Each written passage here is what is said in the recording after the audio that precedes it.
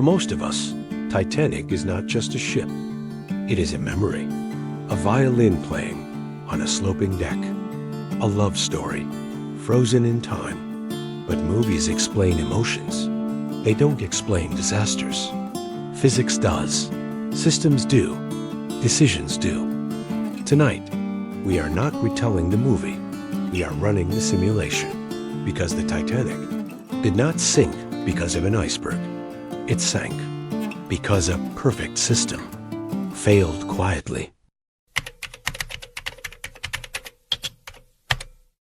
In the early 20th century, the world believed. Progress had no limits. Steel replaced wood. Radio replaced isolation. Engineering replaced fear. And the ocean was no longer respected.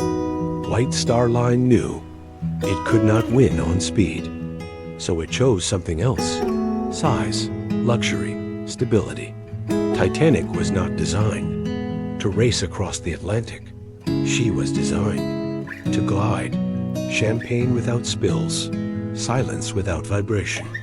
But this focus created a blind spot.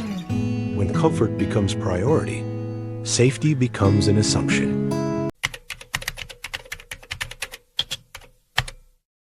Let's talk about lifeboats. Titanic carried 20. Enough for about half the people on board.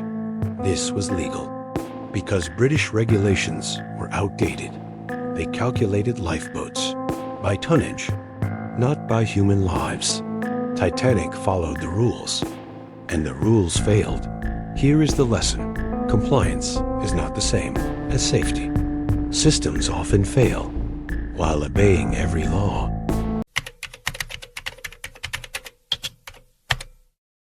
April 14th, 1912. The sea was calm. The sky was dark. No moon. Ice warnings arrived all day. Some were casual. Some were interrupted. Some never reached the bridge. Radio operators were busy, not with danger, with luxury messages. Information existed, but it had no authority. This is how disasters begin, not with ignorance, but with ignored signals.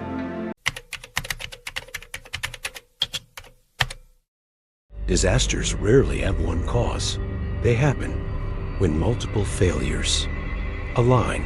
This is called the Swiss cheese model.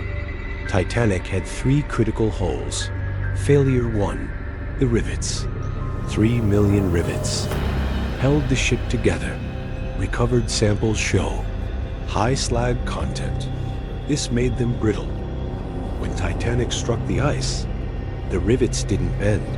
They popped, the hull plates, unzipped. Failure 2, the compartments. 16 watertight compartments. Impressive, but incomplete. The bulkheads did not reach the ceiling. As the bow dipped, water spilled forward. Not traumatic, inevitable. Failure 3, the mirage. No waves. Cold air. Warm water. A cold water mirage. Bent the light, the iceberg. Hid in plain sight. Nature set the trap. The system walked into it.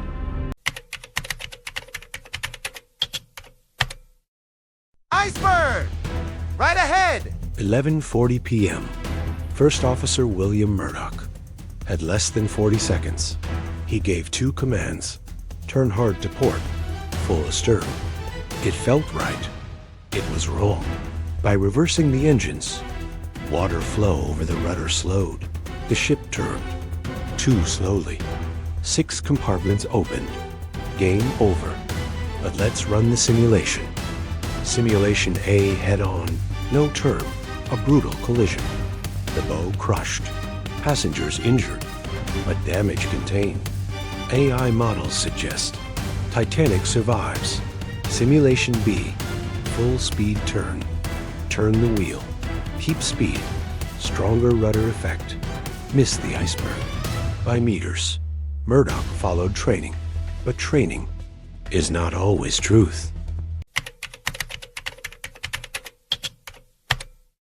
Titanic did not sink fast. She sank slowly. That was the problem. Evacuation started late. Boats left half empty. Third class delayed. Every minute felt reasonable, until minutes ran out. In complex systems, inaction is not neutral. Delay is a decision. And Titanic paid, 1 minute at a time.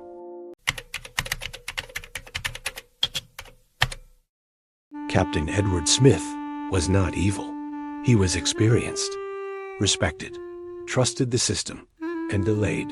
Bruce Ismay was not a monster. He helped load boats, then survived. But public rage needed a face. History loves villains. Reality prefers systems.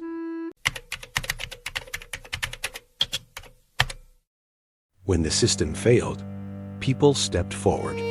Engineers stayed below deck, keeping the lights on. Musicians played, holding back panic. They bought time. They paid with their lives. When systems collapse, character becomes the last defense.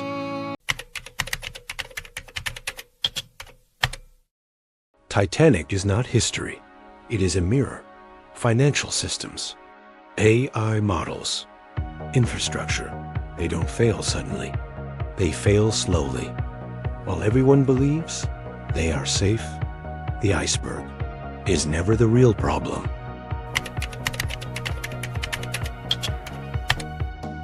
The iceberg was just the trigger. The system did the rest. This is Learn from History.